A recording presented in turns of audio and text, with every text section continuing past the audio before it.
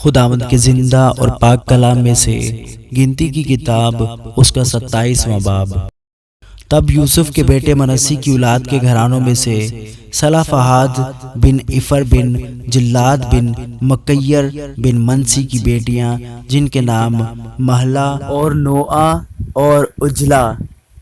اور ملکہ اور ترزا ہیں، پاس آ کر خیمہ اجتماع کے دروازے پر موسیٰ اور الیعزر کاہن اور امیروں اور سب جماعت کے سامنے کھڑی ہوئی اور کہنے لگی، ہمارا باپ بیابان میں مرا، پر وہ ان لوگوں میں شامل نہ تھا جنہوں نے کورہ کے فریق سے مل کر خداوند کے خلاف سر اٹھایا تھا، بلکہ وہ اپنے گناہ میں مرا اور اس کو کوئی بیٹا نہ تھا۔ سو بیٹا نہ ہونے کے سبب سے ہمارے باپ کا نام اس گھرانے سے کیوں مٹنے پائے، اس لیے ہم کو بھی ہمارے باپ کے بھائیوں کے ساتھ حصہ دو۔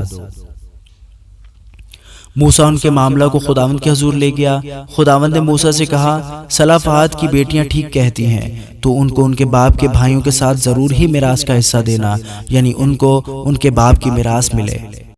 اور بنی اسرائیل سے کہے کہ اگر کوئی شخص مر جائے اور اس کا کوئی بیٹا نہ ہو تو اس کی میراث اس کی بیٹی کو دینا، اگر اس کی کوئی بیٹی بھی نہ ہو تو اس کے بھائیوں کو اس کی میراث دینا، اگر اس کے بھائی بھی نہ ہو تو تم اس کی میراث اس کے باپ کے بھائیوں کو دینا، اگر اس کے باپ کا بھی کوئی بھائی نہ ہو تو جو شخص اس کے گھرانے میں اس کے سب سے قریبی رشتہ دار ہو اسے اس کی میراث دینا، وہ اس کا وارث ہوگا۔ اور یہ حکم بنی اسرائیل کے لیے جیسا خداوند نے موسیٰ کو فرمایا واجبی فرض ہوگا۔ پھر خداوند نے موسیٰ سے کہا، تو اباریم کے اس پہاڑ پر چڑھ کر اس ملک کو جو میں نے بنی اسرائیل کو عنایت کیا ہے دیکھ لے، اور جب تو اسے دیکھ لے گا تو تو بھی اپنے لوگوں میں اپنے بھائی ہارون کی طرح جا ملے گا، کیونکہ دشت سین میں جب جماعت نے مجھ سے جھگڑا کیا تو برعکس اس کے کہ وہاں پانی کے چشمے پر تم دونوں ان کی آنکھوں کے سامنے میری تقدیس کرتے، تم نے میرے حکم سے سرکشی کی۔ یہ وہی مریبہ کا چشمہ ہے جو دشت سین کے قادس میں ہے۔ موسیٰ نے خداوند سے کہا کہ خداوند سارے بشر کی روحوں کا خدا کسی آدمی کو اس جماعت پر مقرر کرے جس کی آمد و رفت ان کے روبرو اور وہ ان کو باہر لے جانے اور اندر لے جانے میں ان کا راہبر ہو، تاکہ خداوند کی جماعت ان بھیڑوں کی مانند نہ رہے جن کا کوئی چرواہا نہیں۔ خداوند نے موسیٰ سے کہا، تو نون کے بیٹے یشوع کو لے کر اس پر اپنا ہاتھ رکھ، کیونکہ اس شخص میں روح ہے،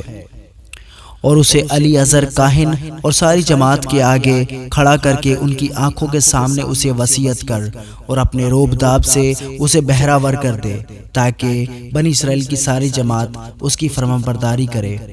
وہ الیعزر کاہن کے آگے کھڑا ہوا کرے جو اس کی جانب سے خداوند کے حضور اوریم کا حکم دریافت کیا کرے گا،